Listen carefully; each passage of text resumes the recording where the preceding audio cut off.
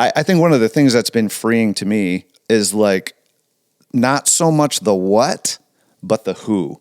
Like, what do I need to do, or what is the right choice, or what college, or what career? I know for me, what was freeing is just like, God wants me to love him and to like try to use each day to glorify him. So if I'm becoming more like Jesus, if I'm like, I feel like God is way more concerned about the who than the what. And I don't know what you guys think about that, because that can feel who meaning like your heart, who you're your character, becoming who you're versus becoming what you do. Yeah. Sure. Like what we do is obviously important, but I think sometimes we get so caught up on like, should I buy this car? Should I buy that car? Should I take this job or not? And God sometimes is like, I'm way more concerned about who you're becoming. And if we're becoming more like Jesus, kind of the what. Our goal on this podcast is to know Jesus better, and with the power of his Spirit, do better. So together, we can be a little better. Well, welcome back to the podcast. I'm joined by Nate Miller, who just preached the message, and Jason DeGraff, and it's so good to be with you. I want to tell a little bit of a story. So last month, I'm sitting down about to play with my eldest son. So he's 6, about to be 7. And I could see him just kind of like wrestle with something in his head. And he was chewing on it. I was like, what's up, bud? And he was like, why am I here? How did I get here? Now, I wasn't particularly ready to have the latter conversation. How did I get here? Well, but you could tell he was just chewing on this big question. It was like, why am I here? And that question, I mean, he's 6. Definitely perhaps getting that very much like you, questioning mind off of me. But that question of like, why am I here? What's my purpose? Can kind of stick with us. It does stick with us throughout our whole life. And that's the question that we're really tackling this weekend and this time on the podcast of why am I here? What's my purpose? And so I'd love for you to, Nate, you're the one tackling this conversation on Sunday. Like, give us a little bit of a recap. How are you tackling this pretty significant question? Yep. So yeah, like you said, talking all about purpose and what does that look like as a follower of Jesus? How does that shift and change? Because you're right, we're all kind of just intrinsically wondering what is my purpose? And I think oftentimes we feel like even culturally, like we're reminded how far we fall short or how we don't measure up to whatever that standard even is. And so just talking about this reality of God sees us in Christ as his masterpiece, but yet so often we don't feel like a masterpiece. We feel as though we are falling far short of that. And so just trying to poke around a little bit and talk through like why we fall short and what are some of the like false purposes that we can chase after or live after, but also just trying to truly understand when we understand or when that question is finally answered of like, I know why I am here. And I know that I'm here to know God and to make him known and to glorify him. It totally changes the way that we view our lives and why we're here every day, every moment, every task. We now have this sense of purpose when we understand who we are and why God has made us in the purpose that he has for our lives. It's really a wrestling question, right? Mm-hmm. I think at different points of our life, we somewhat have clear answers for, sometimes we don't. And even though as Christians, it can feel like the answer is pretty clear, I'm curious from your guys' perspective, like how have you wrestled? How do you wrestle with that question throughout your life? Like, have there been some of those existential crises where you're like, what is my purpose? Like my son being like, why am I here? Yeah, I mean, I think for me, it's changed in regards to like when I was younger, I would say I'm 41 right now. So like in my 20s and 30s, a lot of like, and I grew up in the church, so I knew the goal of my life is to please God. The goal of my life is to glorify him. I was aware of that, but I think I was also this deep sense of wanting to just like make my life count and be successful, have a family. And so like internally, I'm just like, that's my purpose, or that's what success is. So I'm chasing after trying to like make those things happen, which those are important, even though deep down I knew like I'm trying to please God. But I think as I've gotten older, it's been interesting to see how like the purpose of my life is more to like be present with people that I care about, to be present with my parents who are getting older and I'm getting older, to even my kids, like Olivia, she's getting ready to turn 15 years old. And so it's this wanting to like, I don't know, treasure those moments, be present with those people that I love and are close to me, that I feel like time is slipping away, to just make life count more, or to make like life matter more, and to truly be able to honor Christ in those moments. But I never had that in my 20s and 30s, man. I was just like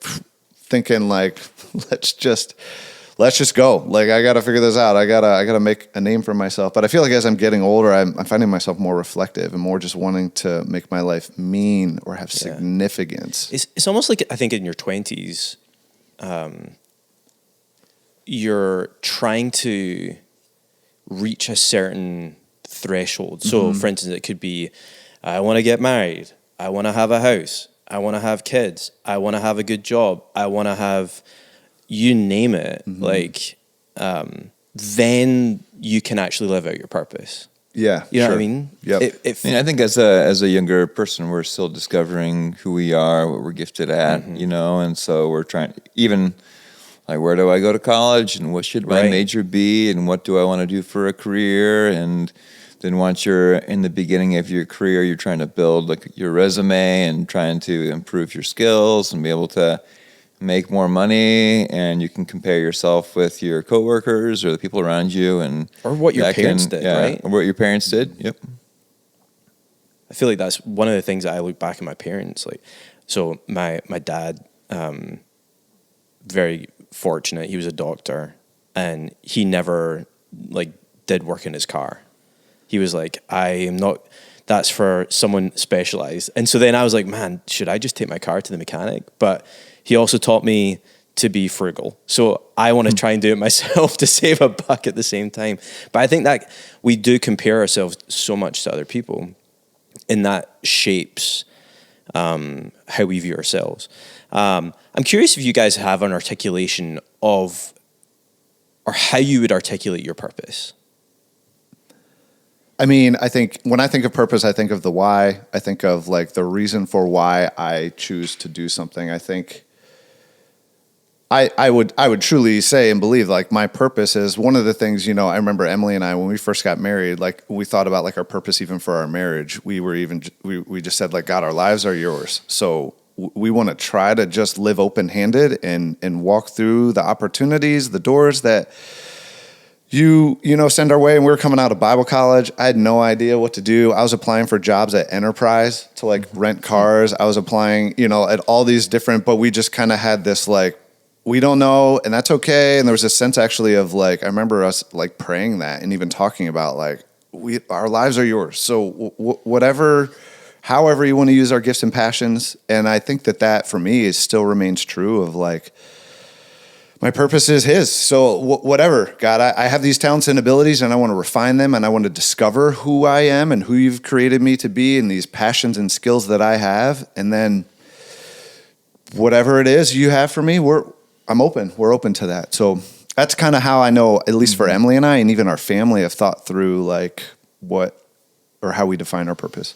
Yeah, I feel like there's this distinction between like our overall purpose and like our distinct gifting and abilities in life. I think you said just briefly a few minutes ago, our purpose is to know God and to make him known, which is, I think that's the Westminster first, the Westminster Catechism. Like the first thing is like the chief end of man is to glorify God and know him or enjoy him forever, make him known. So really, when we have that central idea, it doesn't really matter what we do. If we're doing those things, I think we find joy and satisfaction in that. So much of my life is trying to achieve, and then instead of just stop and be like, okay, enjoy God, like know God right now. I'm always just trying to do the next thing.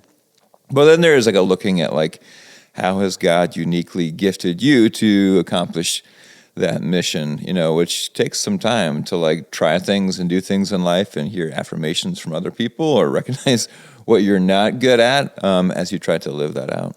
I know it, like doing college ministry. So out of Bible college, taught at a Christian school, and then Em and I, we were missionaries with Cru, Campus Crusade for Christ for 4 years. And so doing college ministry, like that's like college, everyone's wondering like, what's my purpose? What is God's plan for my life? And I think one of the things that's been freeing to me is like not so much the what, but the who.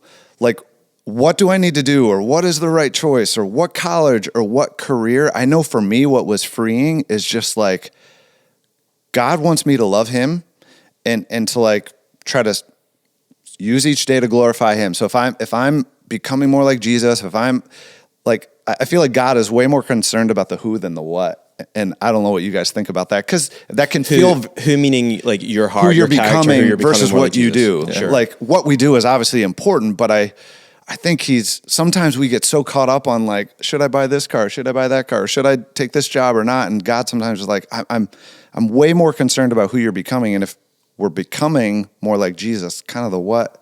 It's interesting, as you said, like the who. I could also see another angle of like it's who you're interacting with, not what you're doing. So it doesn't matter what job you do, like how are you influencing the people around you for Christ? You know, how are you loving them well? That's good. Sure. The devil's advocate in me is like, yeah, that's too simple. And it's like a bit of a cop-out.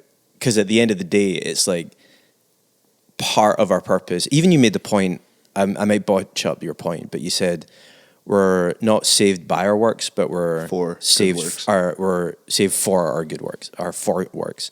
And so there's an element there where the proof of our salvation is in what we do. Mm-hmm. And so we have a bit of a juxtaposition, a bit of a dialectic there between, okay, it's just about who I'm becoming, but also what you do is a result of who I'm becoming. For sure. How do we square those two things then? Because I think a lot of the times people do ask that question, like what? And I'll be honest, like I'm trying to wrestle with that this year. Like, how can I more, not the overarching, I think I understand that a little bit more now. As you said, getting older, you kind of understand yourself a bit more. But to me, I'm now like, how do I articulate, God, this is how you've made me? Not that it's going to stay the same forever. Yeah. But how do you want me to work for you? Right. Yeah, that's where I feel like you got to start with the who before the what. Like, if you're starting with the what do I need to do, what do I need to do, without doing the like, what has God done in my life? What's the purpose of my life? Okay, so it's to know him and to glorify him. Like, and if I'm living that out and I'm allowing him to refine and chisel away my heart, and I'm focused on who I'm becoming, the what will kind of take care of itself as we're active, as that changing is internally is bringing about external change. But if all we're focused on is the what do I need to do or what's next, then I think that's where then it becomes very much like, I got to earn this. I got to figure this out. I need to be enough. I have to. So that's where I think if you figure out the who am I becoming and who am I and what is my purpose. Yeah, I feel like I'd push back. I feel like it really is that simple in many ways. I feel like when I look at my life and I'm like, what have I accomplished, in my career? Who have I become? What failures do I have? I look around at what other people have done. Like, it's easy, I'm like, oh man, this guy is an expert, in this field, and he's so articulate, or he knows this way better than I do, or he's written all these books, or whatever it is, then I can feel like, I haven't accomplished anything. And again, I'm looking at myself instead of looking at like, why has God placed me here? My purpose isn't to do more than what someone else has done, but to honor God with where he's put me. I think for me, it's not, I'll say my wrestle with it is not necessarily what more do I need to do. It's actually more about what do I say no to? I want more clarity on, God, how have you made me, and what do you want my focus to be, rather than like, oh, I see this person over there as like a genius and I want to try and be like that. It's a slight nuance, but you do mention like the comparison piece, and I'd love to get to the cultural influences, I'll say. So you mentioned Artemis in Ephesus in your message. What was the sort of cultural influences, if to the Ephesian church at that point, and how does that impact how we view reading that scripture from Ephesians? How do we understand the kind of cultural things? Because we have, and I want to get to that in a bit, but like of our cultural influences and how that kind of shapes and tries to pull at our purpose. For sure. Yeah, Artemis was certainly a massive cult that impacted Ephesus. I showed, an image of just how big and grand that temple was. So its presence there was massive. And obviously it's a false god, it's false worship. And they were certainly, there was a presence or a pressure to, for the Ephesians to worship that god or to perform whatever sacrifices or whatever the practices were to be able to honor that God. And so I think that was certainly a pressure for them, and a big one, much like, I'm trying to compare that to what, culturally today might be. We have those same pressures. It might not be Artemis, but it could be politics. It could be, just wanting our kids to be successful, or it could be, there's so many other things that can also be false gods that pull us to say, hey, my life ought to be about this, or that's the meaning and purpose of my life. But I don't know if that answers your questions or gives more clarity around just some of the cultural differences. Mm-hmm.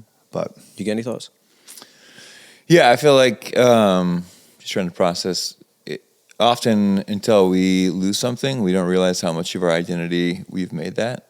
And so whether it's like you are married and then your marriage ends and you find so much of your identity was on being a husband or a wife or having children, and if you lose that, then you recognize that's become my identity instead of my ultimate identity of pursuing Christ. Same thing with a job. If you have had something for your whole career, you're 55 and then you're let go, and then you kind of start wrestling with your identity. You recognize those things become your God instead of God becoming your God. There's been a shift when you look back to the kind of middle to late 1900s. It's funny because we're all born in the 1900s, so like to say like the 1900s. My kids actually the other week were like, "You were born in the 1900s?" I know, but. It kind of, there's a heavy emphasis within the church of worldview, even just culturally in general. It's like, am I a Marxist? Am I a communist? Or am I a capitalist? Am I a Hindu? Am I a Buddhist? And it becomes about these ideas that we attach ourselves to. Now there are these patterns and different sources to jump back to, like even week 1 where Drew was talking about there's different sources. The playing field's changed where there's so much distrust towards institutions, not just the church, but into whether that's government, whether that's small businesses. Actually, small businesses are probably the most trusted institution, I think, in the Barna study. But institutions which hold values, hold community, there's a massive distrust. And as representatives of the institution of the church, that people are no longer trusting implicitly. Does that shape our purpose at all? Maybe it is purpose more the individual thing, but is it all fixed? You said like it's more about the who than the what. How does that impact our purpose as Christians in this time? Yeah, I think it's a really good reflective question to ask yourself of like, how much am I basing who I am and what I do off of an institution, whether it's our country, politics. I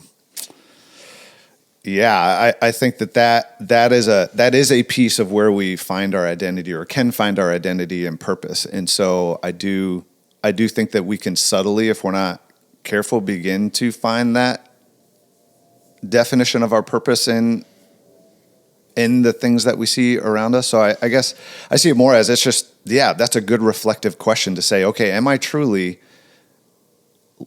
focused on God and what he has for my life and trying to make his name great? And that is what's driving my purpose. Or has it begun to become, something else is shaping that rather than it being Christ alone. I think when you look at the scriptures, especially in the Old Testament, you see a very communal nature. So our identity is shaped in who we are, our family of origin. It comes from, we're God's chosen people, and even if one thing happens to an individual, then it happens to everyone. If one person is judged, the whole family is judged. Now, especially over the last century, we've moved into what's been termed expressive individualism, where all of my identity comes from not my community, but from who do I think I am. So, and Drew talked about this week one. We look around, and ultimately we're looking within to try to find out who is our identity. And if we're trying to, identify ourselves outside of the one who created us, then we can easily get lost and find ourselves swimming, looking for identity, satisfaction, and who we can be instead of what God's made us for. Yeah. Which is, I think, why, it is maybe, I don't know if it could be a barrier or hard for people to see, like, it is so simple as coming back to Christ, and he is everything. And as we trust him, know him, as he chisels away those like rough edges or the pieces of our lives that aren't like him, that purpose becomes clearer, I guess. But if you don't start there, you end up in many other potential destinations, I guess. So you said expressive individualism, and I think even the series title, The Search Within, is kind of a nod to that, or like an acknowledgement that we wrestle with that. Yeah, we also have these sort of, I feel like we live in polarized times, not just with politics, but it's nuts right now that it pulls us in. Even just like things like the TikTok ban, people were all up in arms. Like, was 170 million people that were on TikTok, and I was like, why are people so upset? Obviously you've got people who are like, their businesses and their livelihood are tied to that, but it becomes this a war against these ideas. Even going back to when Hamas invaded Israel and took 1,000 hostages, and then you've got more people, or Israel, responding to that, and then it became this massive fracturing, which has been there for a long time. But how does the kind of the turf war or even tribalism play into that expressive individualism? Because I think a lot of people find purpose in the camp of, no, I am a Republican, I am a Democrat, I am pro-Israel, I am pro-Palestine. Like, we find ourselves in these camps, and it for some reason it makes us feel like it gives us purpose. Is that, obviously that's because they're lacking purpose. Well, we attach our identity to movements of people, to, like, I'm an American, or my gender, or my sexual preference, or who I cheer for. So instead of Christ being our ultimate identity, if something that we identify with is being threatened, then we're going to attack the opposite. Yeah, I think that's good. And I think, like my wife, she's half Filipino. Some people know this, some people don't. And she has such a pride and joy in being half Filipino, and her dad is 100% Filipino. She got to go there about 2 years ago for like 14 weeks for the first time in her life. Like, there's such a joy and pride in that, and that's wonderful, and that's great. But you can never let that sense of who you are trump and remind ourselves of we're ultimately a part of the family of God because of what Christ has done for us. And so that should trump or be where our purpose is ultimately found. Not that we can't take great joy and pride in what country we come from or what sports team or other things like that. But ultimately, I feel like you have to come back to what's my purpose and why am I here? That helps to then provide a pathway for knowing how to think about some of these other issues, whether it's our sexuality or gender, or like, if we don't start with understanding our purpose, everything else kind of hinges on that. You mentioned about like something being taken away, and that was something I really wrestled with. Having left Scotland. But the weird thing now is that when I go back, there's a weird part of me. So I'm here. I'm a bit of a unicorn. like Brad was joking around last week that calling me Irish. And so like there's a nice piece about being a unicorn. So when I go home, I'm not a unicorn. Like you're nothing special. Your accent doesn't stick out. Which actually it kind of can do in the other time, like because it's softened. I'm a little bit mid-Atlantic, right? Yeah, where have you been? So there's a weird thing where I've had to do some gut checks, like you're saying, of how much is that of value to me that I am either feeling like a unicorn. Fun fact, actually, is that the unicorn is actually the national animal of Scotland. Get out. No joke. Yeah, yours is golden eagle, mine's a unicorn. Hey, at least ours is an actual. Like, Anyway, but no, I've personally felt that pull, even in just really subtle ways. Now, I want to jump as we kind of round third, if you like that American analogy, as we come into home. You have this great analogy, even in Ephesians, it talks about a masterpiece. And that can be, for the Christian, it's like, well, I don't feel like a masterpiece, but you are. And then you've got someone that might not be a Christian, and they're like, wait, you say that I'm made in the image of God, and I'm not a masterpiece? Like, how do we reconcile that? What does that even mean? You even mentioned about chiseling before. Explain that. I think that's a great question. And I think, right, we like week one, we talked about how we're made in the image of God. So there is value. We all have that fingerprint of God. So all life is valuable and has meaning. But we also know last week the reality of what went wrong and what broke that relationship that we did have with God in Eden in Genesis 1 and 2. And so that's where, like, I find Paul's words really helpful in Ephesians 2 of how he kind of just walks through the reality of without Christ, we are truly like a corpse. We are truly unable to help ourselves. We are dead. So we have to at least acknowledge that and start there, even though that can be really, really hard and difficult to think that. But yet it is true, but yet God has designed each and every person for a reason and purpose, and he wants them and loves them and desires for them to know him and to know that purpose. That way they can truly have that sense of purpose for why they were created, which is to then love God, love others, and feel a sense of fulfillment, not a sense of emptiness, not a sense of like, who am I? Not a sense of worthlessness, but a sense of completion and hope. There's a word philosophers use called telos. It's the end to which we exist, or something is made for. And if we live absent of that ultimate end, then we don't find satisfaction. We're always going to be searching for more. And until you recognize that is found in God, you're going to be searching your whole life, never, getting to the point that you were made for. I don't remember what age I was, but I remember asking my dad the question that Watson asked me. I was like, Dad, what's it all about? Like, what is the purpose? Even as a Christian, what's the point? And in his Church of Scotland upbringing, he turned to me and he said, the chief end of man is to glorify God and enjoy him forever. Mm-hmm. And so whether you're still asking the question, whether you're still wrestling with it, maybe the shortened Westminster Confession of Faith might actually give you a little bit of clarity. If not, go back and listen to the message. But the search for our purpose isn't as far away as it actually is, and I think it's a lot closer. And God's wanting to shape you first and foremost before he's just trying to get you to do something for him.